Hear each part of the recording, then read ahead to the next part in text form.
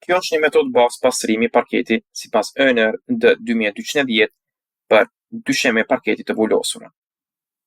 Për të gjetur metodën e duhur të pastrimit të dyshemeve prej drurit, është e nevojshme të identifikoni llojin specifik të dyshemeve së drurit që do të pastrohet. Kjo është një dysheme për parket të vulosur me disa shtresa, dhe këtu kemi një parket të vajosur me disa shtresa. Kjo është e rëndësishme sepse këto dy dysheme kanë dishmëri të ndryshme ndaj ujit dhe lagështirës. Lidhur me parketin e vulosur, mund ta njohim këtë dysheme nga shkërqimi që ka. Kjo këtu tregon një shkërqim të njëtrajtshëm, ose nëse kaloni gishtat nëpër kokriza, do të dallojnë një sipërfaqe të njëtrajtshme, homogjene dhe të butë. Kjo dysheme e druri e vajosur nga ana tjetër ka një dukje më matë dhe kur bën të njëjtin test, do të ndjeni ose dëgjoni strukturën e drurit, kokrizat. Kjo ju tregon që është një dysheme e vajosur ose dyllosur. Nëse identifikimi në vend është i vështirë, atëherë është e mundur me një thikë ta gërvishtni sipërfaqen me kujdes dhe nëse kjo prodhon një pluhur shumë të imët, të bardhë, atëherë është parket i vulosur.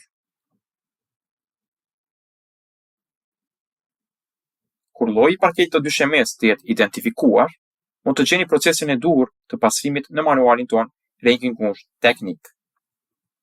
Një parket i vulosur toleron shumë pak lagështi, prandaj gjatë pastrimit të mirëmbajtjes thjesht fshiheni me një leckë të njohur. Një parket i mirë vajosur toleron me shumë lagështi apo lagje. Kjo dysheme mund të pastrohet me një leckë të lagur me një hap. Kur bëhet fjalë për pastrim bazë, ka gjithashtu një ndryshim. Pas pastrimit me një tretës, parketi i vulosur duhet lustruar, ndërsa parketi i vajosur duhet të trajtohet me një vaj të përshtatshëm. Masat e përgjithshme paraprake të sigurisë dhe mbrojtjes duhet të zbatohen për të gjitha operacionet e pastrimit. Në varësi të ambientit dhe nëse ka sipërfaqe delikate, mund t'ju duhet një material mbulues dhe maskimi adeziv, një tapet për mbledhjen e papastërtive, një tabel rrezik rrëshqitje dhe të gjitha pajisjet e nevojshme personale të mbrojtjes, si dorashka, syze dhe koput sigurie.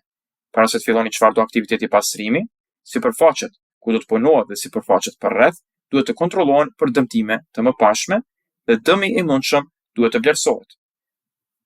Çdo anomali duhet të dokumentohet dhe të raportohet tek klienti, blerësi apo mbikëqyrësi.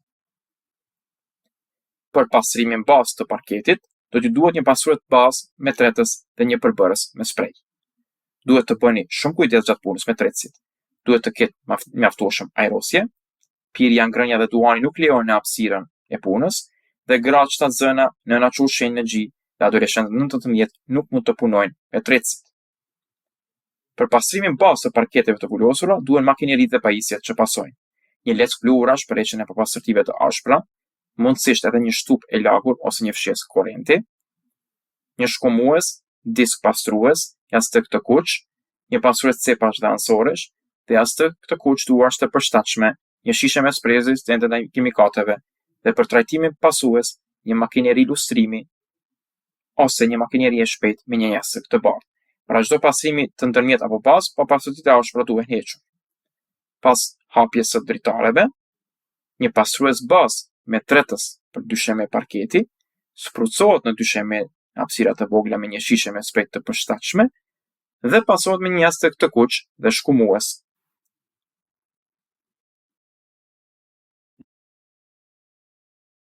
Gjatë procesit, papastërtitë e dala mblidhen tek jastëku.